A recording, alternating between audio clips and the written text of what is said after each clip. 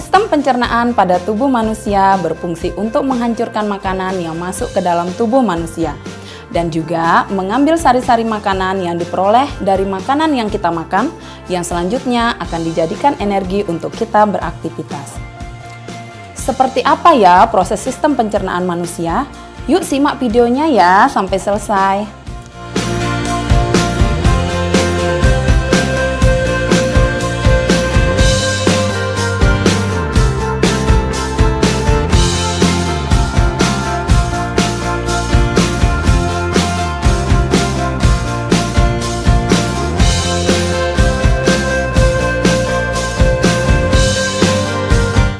Pertama, makanan masuk ke mulut.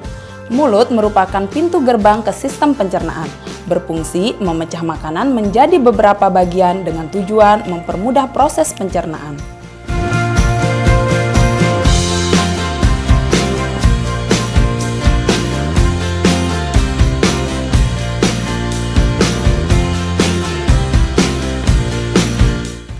Ludah sangat berguna karena bercampur dengan makanan dan bisa lebih menghancurkan makanan, sehingga lambung tidak perlu mencerna seluruh bongkahan makanan.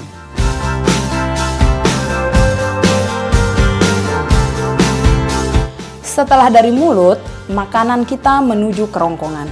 Kerongkongan adalah suatu saluran seperti tabung sepanjang 20 cm yang menghubungkan antara rongga mulut dengan lambung. Di dalam kerongkongan terjadi gerakan peristaltik, yaitu gerakan meremas yang dilakukan oleh kerongkongan untuk membuat makanan masuk ke dalam lambung. Setelah dari kerongkongan, makanan masuk ke lambung. Lambung adalah bagian dari organ pencernaan manusia yang paling elastis. Lambung berbentuk seperti kantong dan terletak di dalam rongga perut kiri atas.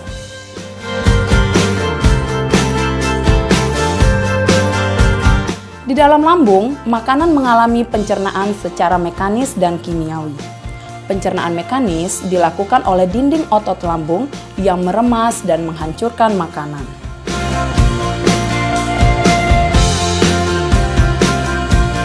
Sedangkan pencernaan kimiawi dilakukan oleh getah lambung yang dihasilkan oleh kelenjar getah lambung. Getah lambung mengandung enzim pepsin, enzim renin, dan asam klorida. Enzim pepsin berfungsi untuk memecah protein menjadi pepton. Enzim renin berfungsi mengendapkan protein susu menjadi kasein. Sedangkan asam klorida atau HCl berfungsi untuk mengasamkan makanan dan membunuh kuman yang masuk bersama makanan.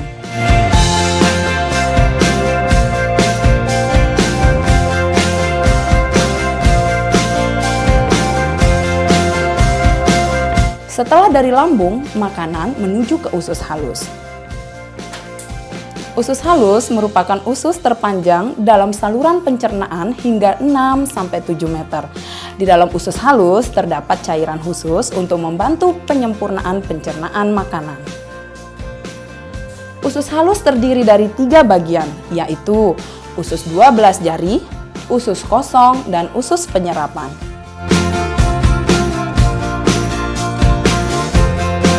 Usus 12 jari atau duodenum memiliki panjang sekitar 25 cm, berfungsi untuk mencerna makanan dengan bantuan getah pankreas dan getah empedu.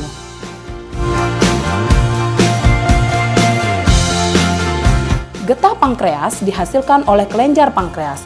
Getah pankreas mengandung enzim amilase yang berfungsi mengubah zat tepung menjadi zat gula atau glukosa.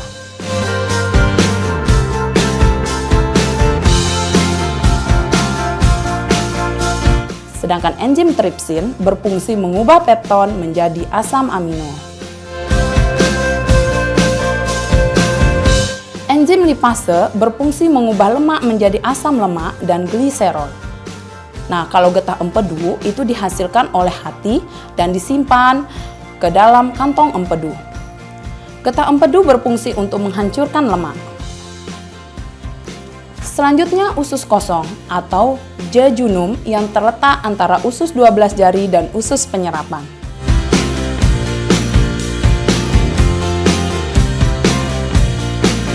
Usus kosong memiliki panjang sekitar 2,5 meter dan berfungsi untuk mencerna lebih lanjut makanan yang telah dicerna oleh usus 12 jari.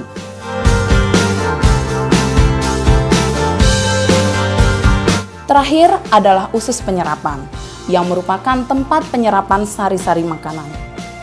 Di seluruh permukaan dindingnya terdapat ujung-ujung pembuluh darah yang menyerap sari-sari makanan. Kemudian, sari makanan diedarkan melalui aliran darah ke seluruh tubuh. Setelah itu, sisa makanan yang dicerna masih berlanjut ke usus besar. Usus besar berfungsi menyerap cairan, vitamin, dan mineral dari sisa makanan yang telah diserap oleh usus halus. Pada usus besar terdapat bakteri yang berguna untuk tubuh yang bernama E. coli, yang berfungsi membantu proses pembusukan sisa makanan. Proses pembusukan sisa makanan akan menghasilkan kotoran atau feses yang kemudian dikeluarkan melalui anus.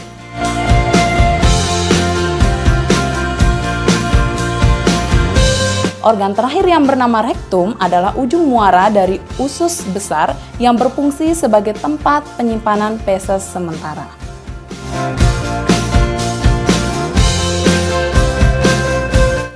Ketika rektum terisi penuh oleh feses, maka saraf akan mengirimkan respon ke otak yang menimbulkan rasa ingin buang air besar. Kemudian anus. Anus adalah lubang di bagian bawah tubuh yang berfungsi sebagai tempat keluarnya feses dari dalam tubuh. Nah, sudah paham kan adik-adik? Sampai di sini dulu ya video pembelajarannya. Jangan lupa tetap jaga kesehatan dan patuhi protokol kesehatan selama masa pandemi seperti saat ini. Terima kasih.